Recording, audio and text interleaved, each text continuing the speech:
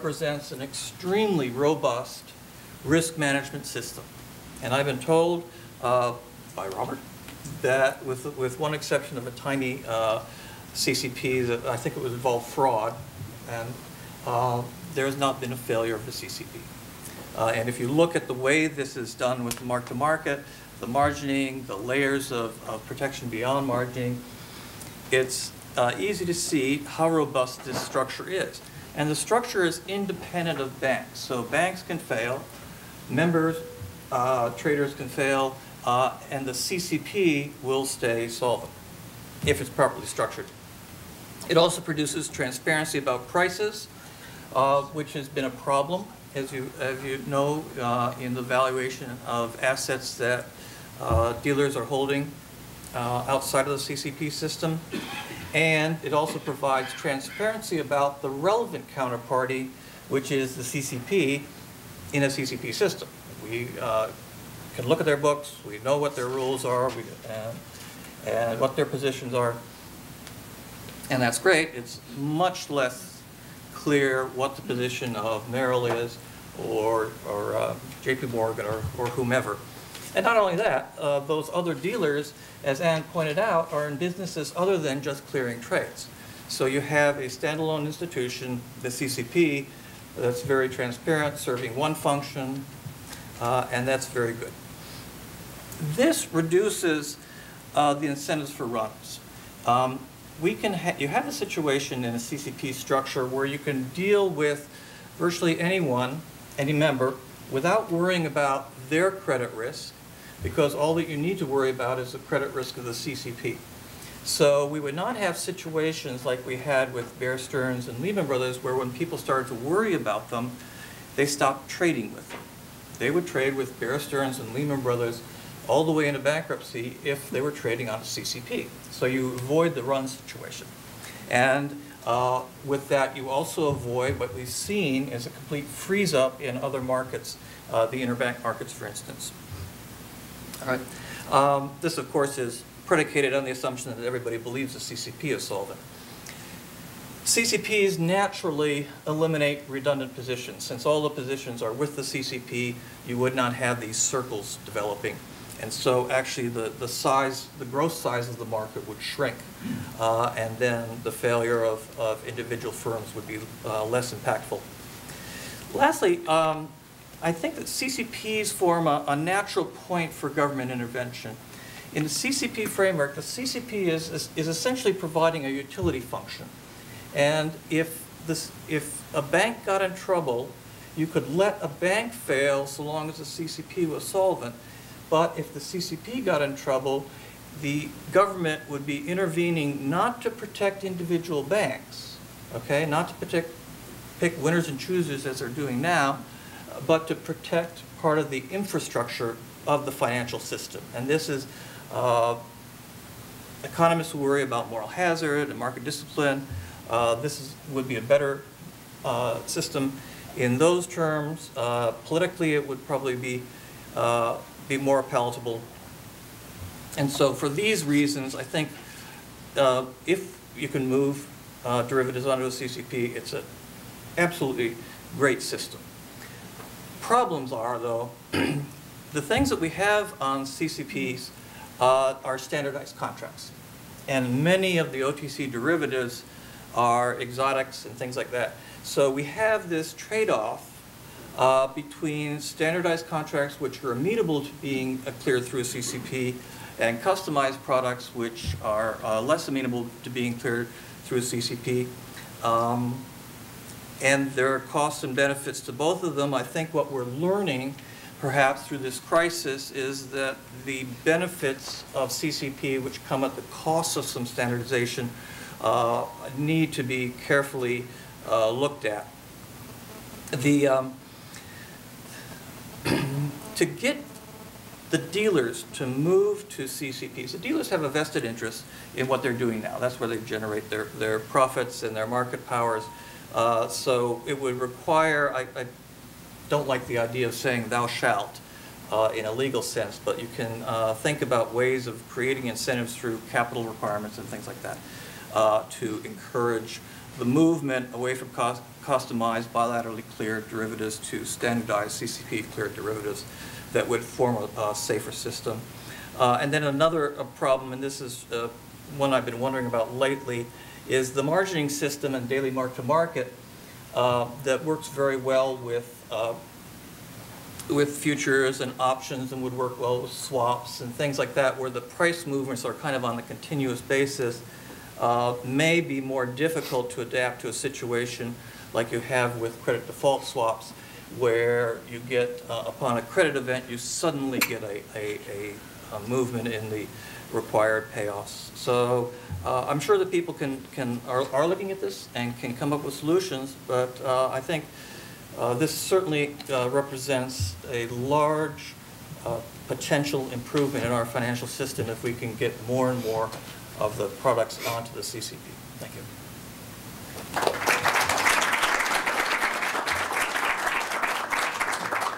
Thank you, Rob. Our next speaker is Mike Phillip from Winston and Strawn.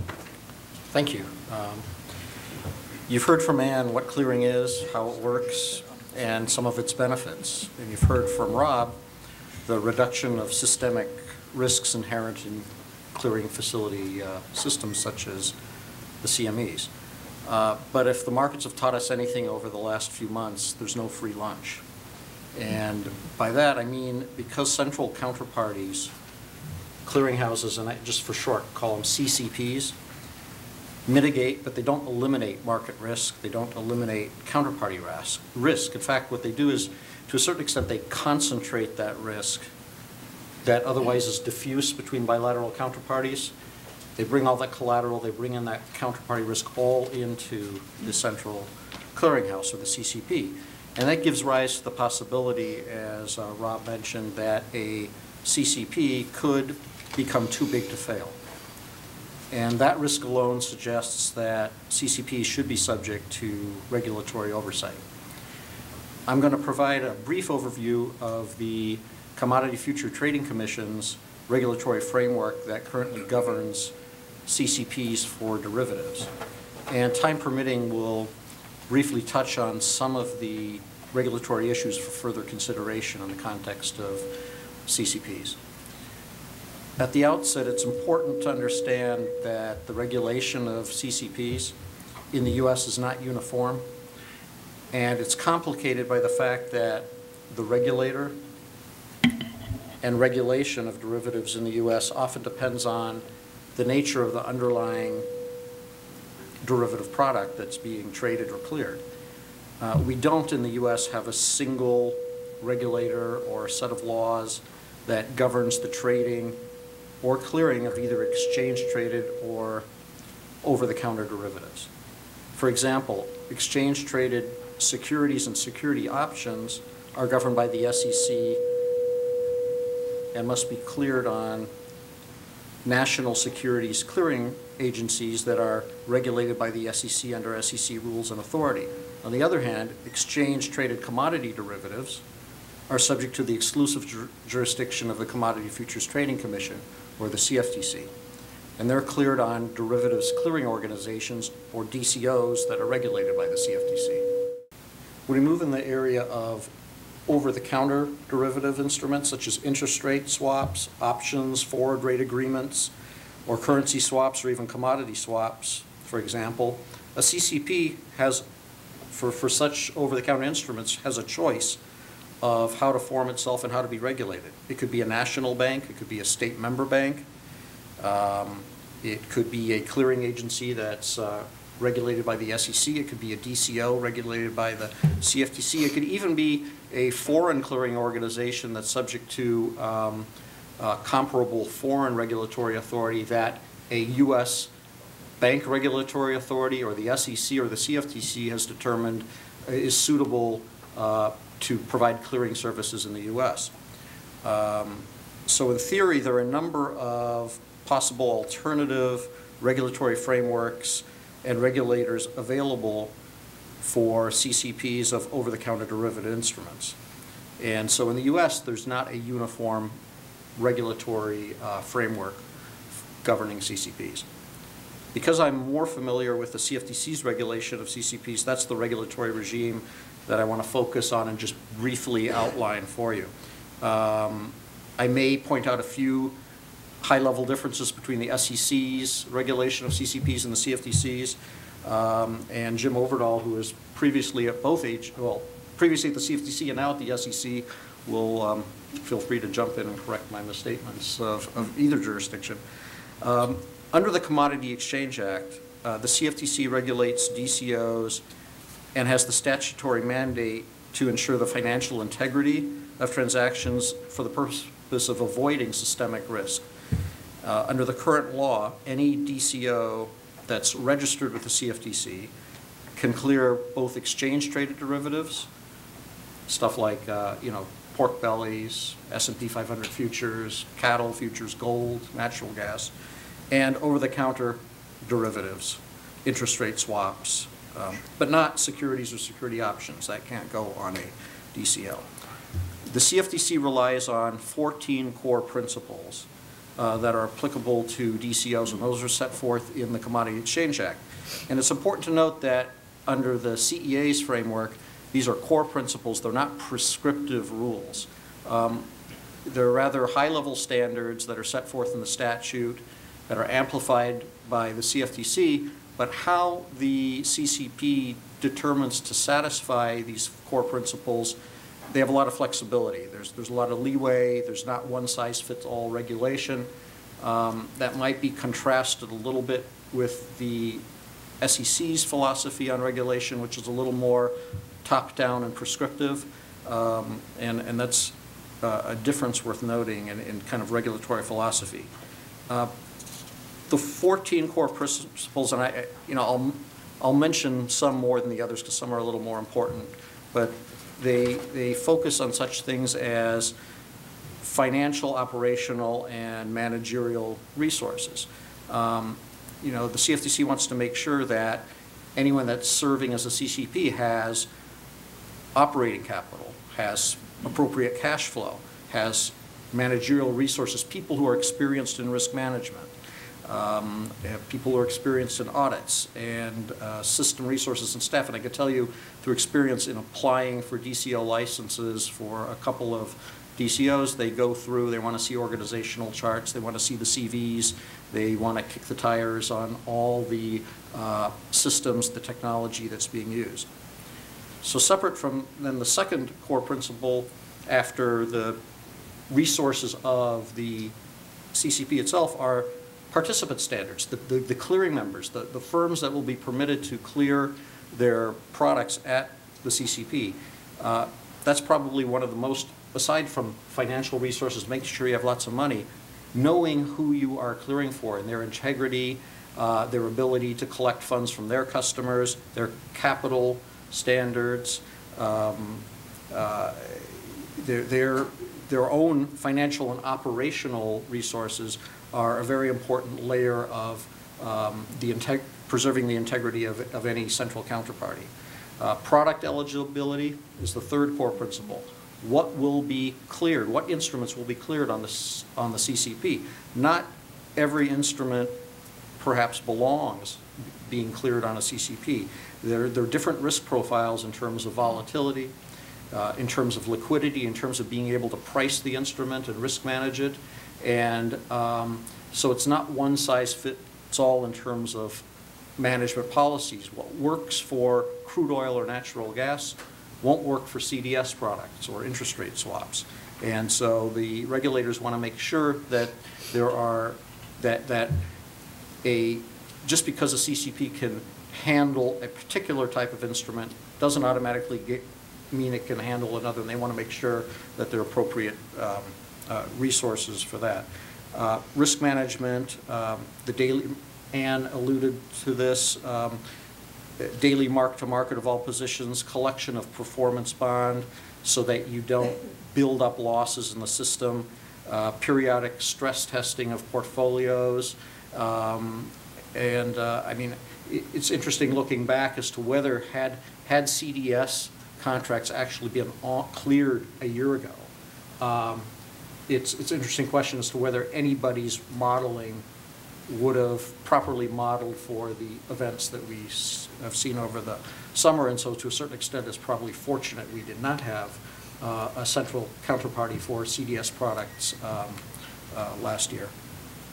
Settlement procedures, it's important that a CCP be able to make timely settlement of the underlying instrument when it's time to do so. Safety of funds. The CCP is taking in collateral of its members and of their customers. That has to be lodged in appropriate depositories. The customer funds have to be segregated and kept separate from the funds, the proprietary funds of the brokerage firms, and there are strict limitations on what those funds can be invested in, although even with those limitations, we've seen problems this summer with the money market mutual funds, which everyone thought was a fairly safe place and liquid. Clearinghouses did invest and permitted their members to invest in money market mutual funds, and now when the buck was broken, they had to take capital charges. We've all learned quite a bit over the summer that certain assumptions, you can't just look back at what's happened. There needs to be more anticipation, perhaps, of what could go wrong. And went through, you know, the default resources. What happens when a clearing member defaults? And the steps that are be taken. I just want to add to all the financial resources, another very important element of that is to have legal certainty under the law that under the bankruptcy code, you're going to be able to take all the steps that you want to take, that you won't have a bankruptcy court come in and try and interfere with the payment system, with the settlement. And one of the way that's handled with DCOs is under the bankruptcy code, FCMs, or people who handle other people's money, basically, as a broker, have to be registered as FCMs. FCMs fall within the category of a commodity broker, and commodity broker insolvencies have special treatment under the bankruptcy code, which preserves the appropriate, it's exempt from the stay under the bankruptcy code, and so the margin payments and the transfers can all proceed in normal course without worrying about it being interfered with. The other core principles are very much common sense, you know, rule enforcement, audit, system safeguards, you know, disaster recovery, reporting. All members have to report large positions, so there's transparency, and for financial risk surveillance, record keeping, public disclosure of rules to the public, so everyone knows the rules of the game at the CCP. Information sharing arrangements where applicable with other clearing organizations, and somewhat controversial at times is that CCPs are supposed to comply with antitrust rules, no unreasonable restraints of trade, not imposing anti-competitive burdens of trading, having fair access to the central counterparty. Another important difference between the regulation of DCOs and I think security clearing agencies is that DCOs are permitted to decide which markets they want to clear for. There's not mandated linkages with other markets. There's not mandated linkages with other clearing organizations. So as a result, you don't have, one exchange could list a product, another exchange could list the same product, but if they don't clear in the same clearing organization, the products won't be fungible. You have two separate markets. That's not the case, for example, on the security option side, where in security options, they all use the same clearing organization, and so you have fungibility amongst all the markets. I'm not taking a side as to which is right or which is wrong, but it's an important distinction between the two models and structures.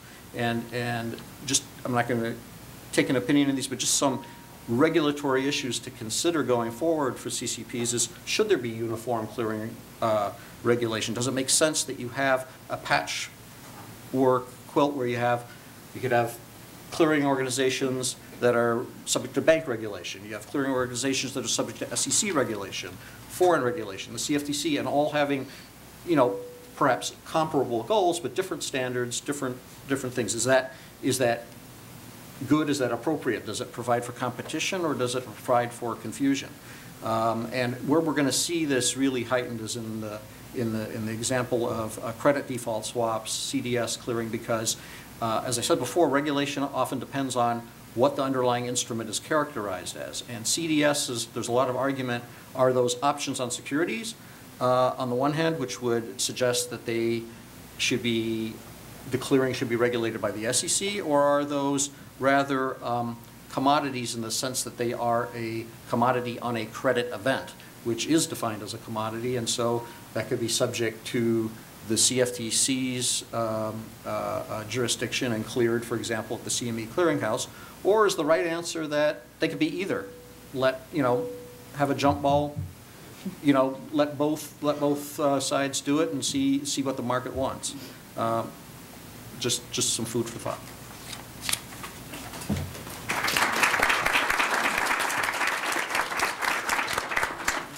Thanks, Mike. Our next speaker is Jim Overdahl from the Securities Exchange Commission.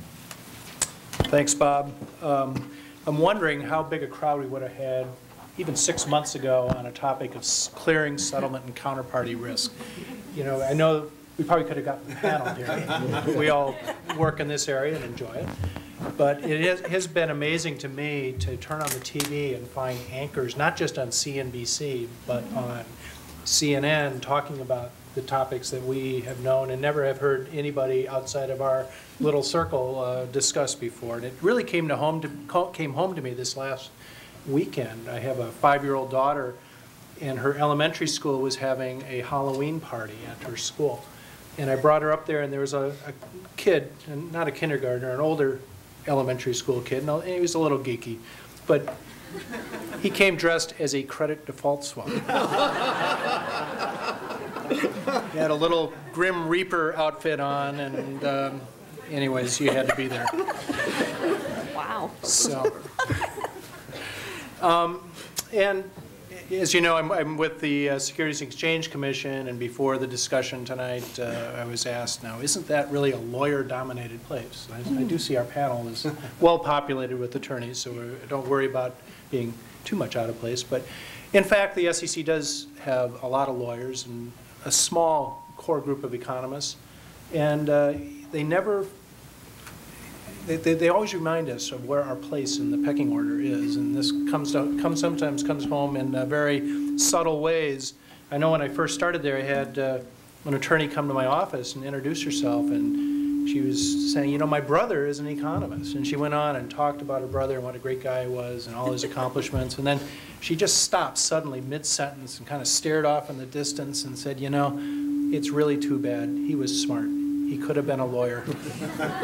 So that's the environment I work in. But on the issue at hand on clearing settlement, market turmoil, particularly with the central counterparty and with credit default swaps, I think what we're witnessing in the market is a market-wide reassessment of counterparty credit risk. The problem is that there's a lot of uncertainty about the scale of risks and who holds the risks. And this is not a new problem. It may be new in that we're seeing it to the extent that we are. But if you think back to other times in our recent history, long-term capital management comes to mind back in 1998, where there was an issue there being too interconnected to fail. And this led partly, it was one of the motivators behind the Commodity Futures Modernization Act, the one part of that permitted or facilitated multilateral clearing of over-the-counter derivatives. And I'll leave it to Michael to explain to you why that's an important distinction in the law and why it required an act of Congress to place in there. But it allowed for multilateral clearing of over-the-counter contracts, derivative contracts in the United States for the first time. It had been available elsewhere in the world. And where this really become important was with the collapse of Enron in the energy markets. And in the energy space in 2001, you had a very similar situation in terms of counterparty credit risk with a large market participant, in this case Enron, which was probably half the market in terms of counterparty exposure, suddenly go down. And you had a freeze-up in the credit markets in the energy space. And one of the solutions to unfreezing that market was over-the-counter clearing for energy over-the-counter products. And you saw that